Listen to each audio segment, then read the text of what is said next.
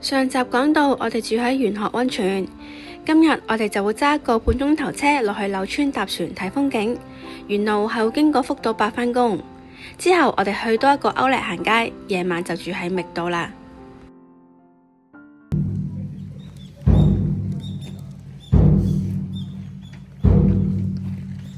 福島八幡宮係位於福岡嘅白女市，主要係祈求社區家庭嘅和平同埋繁榮。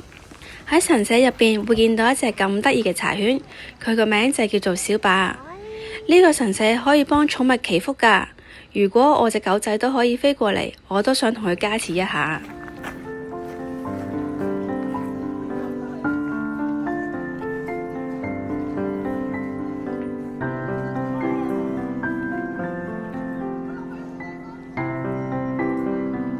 從旁觀察，發覺小白唔係好鍾意男人啊，唔單止中佬啊，仲有其他男善信過到嚟摸佢，佢都想刻意避開咁樣㗎。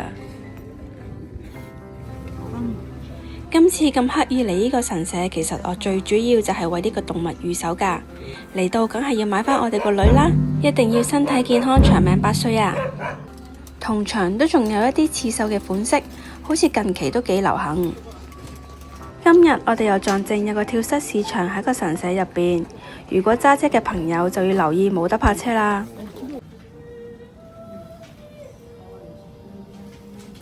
柳村係日本著名嘅水都，觀光遊客即係我哋啦，可以體驗坐呢啲遊船穿梭喺柳村古色古香嘅街道睇下風景，時間大約係1個鐘頭左右啦，而且仲可以體驗到船家揸船嗰個技術真係好犀利啊！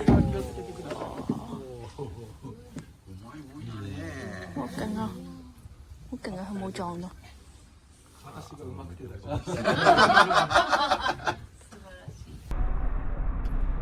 雨雨降れ降れ母さんがジャンの目でお迎え嬉しいなあビッチビッチチャップチャップランラン。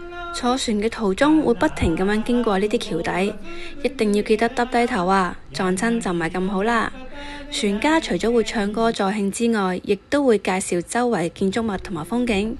但係如果唔識日文嘅話，咁就冇辦法啦。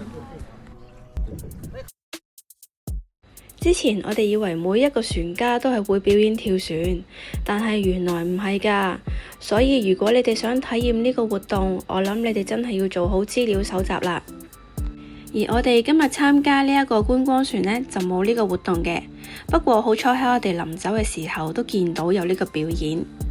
如果下次有機會再嚟，我諗我都想親身體驗一下。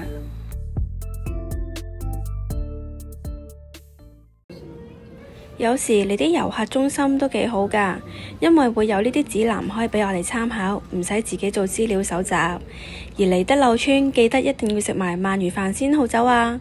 我哋就揀咗呢間有340年歷史嘅本吉屋嚟食啦。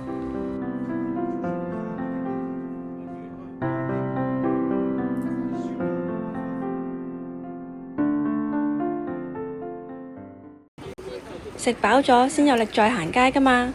鳥秋歐力好多人都認識，唔介紹啦。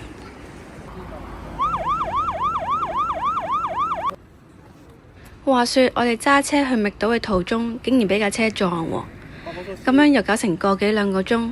今晚唔使食飯啦，七仔見。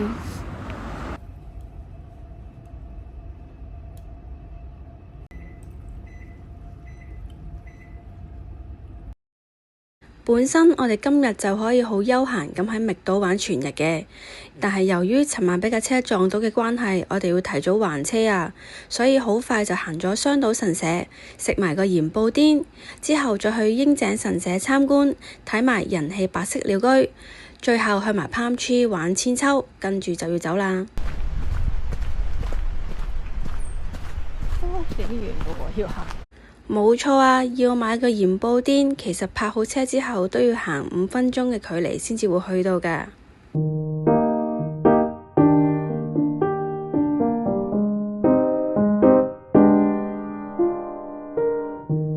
呢個地方咁大，其實佢係一間製鹽廠嚟㗎。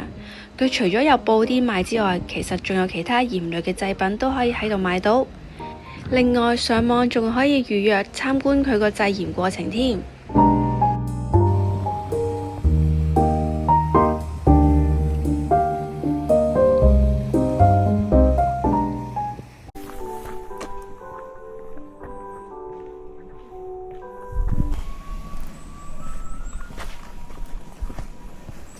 櫻井神社主要係求良緣嘅能量景點，被視為夫婦和睦結緣嘅神社。雖然我哋就唔係好迷信嘅，但係佢既然喺白色鳥居附近，反正都係揸車5分鐘嘅距離，都嚟一嚟啦！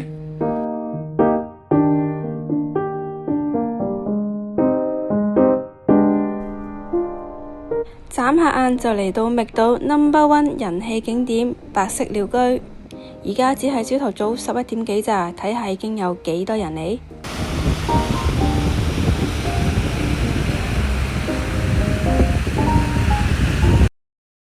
跟住就去埋 Palm Tree 免費入場㗎。哇，好似好驚咁嘅喎！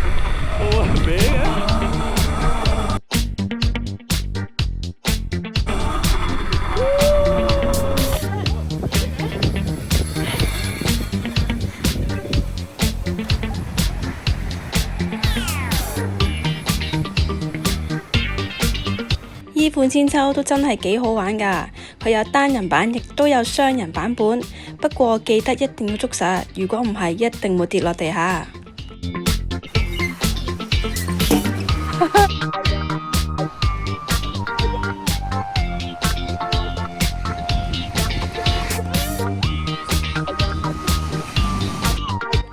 仲有呢條打卡天梯，相信大家喺網上都見到好多。唔想排隊等嘅，可以去另外一條。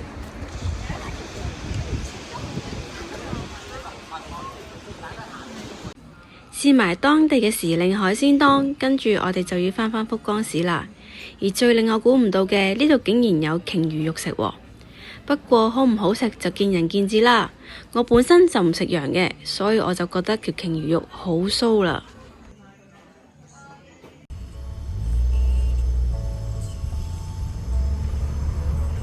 下晝嘅時間還完車就返嚟博多站啦。呢度人山人海，就連買個牛角包都要排長龍。返嚟市中心，不外乎都係 shopping 同埋食嘢。都見差唔多係晚飯時間，我哋就求其揾間拉麵店坐低食嘢啦。有冇人知點解中洲屋台依家只係得返2間屋台嘅？我記得以前嚟嘅時候，成條街都係嘅喎。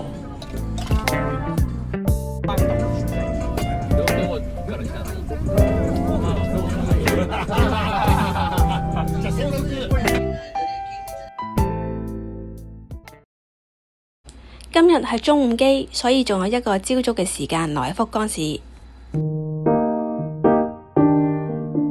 為咗唔想排隊慳返啲時間，我哋就喺呢間鋪頭開門嘅時候已經到咗啦。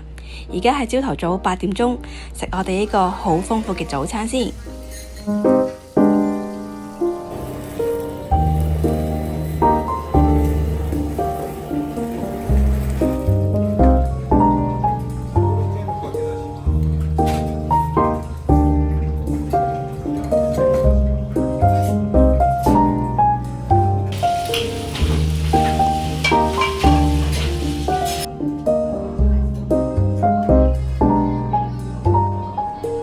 見到個背景就知我哋已經嚟到機場啦。今集嘅時間係咁多啦，希望大家鍾意我哋嘅分享，記得 subscribe、like 同埋 share 我哋嘅 channel 啦。